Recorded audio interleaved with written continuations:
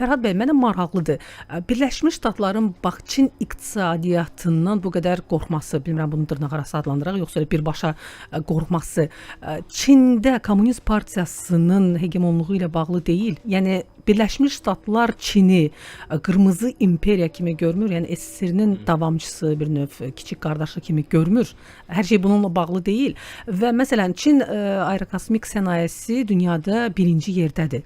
Və Birləşmiş Ştatlar qorxmur ki, Çin aerokosmik sənaye adı altında başqa bir nəsə super silah istehsal etsin. Məlum məsələdir ki, bunların hamısı hərbi sirdir. Bilirsiniz, dünya hegemonluğunuzu qorumaq üçün insanlara gələ bir ideya, bir hekayə satasınız.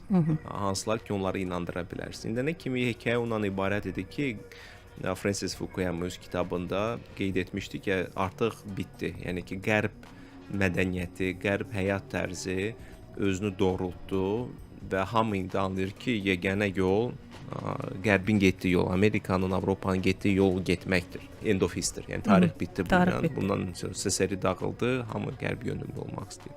Və bu il Nobel mükafatı laureatı, Nobel mükafatı alan Daron Hocamoğlu bütün araşdırmalı, məsələn, institusional araşdırmalar olubdu da. Onun 2 dənə tanınmış kitabı var. Why Nations Fail, Niyə görə millətlər uğursuz olur və Narrow Corridor, Dar koridor.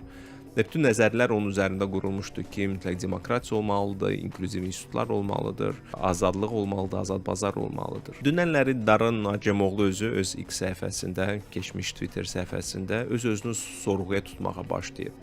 O izah edə bilmir ki, necə kommunist, totalitar, tək partiyalı, siyasi azadlıq olmayan Çində DeepSeek kimi süni intellekt startapı Amerikanı qabaqlayıb. O izah edə bilmir bunu.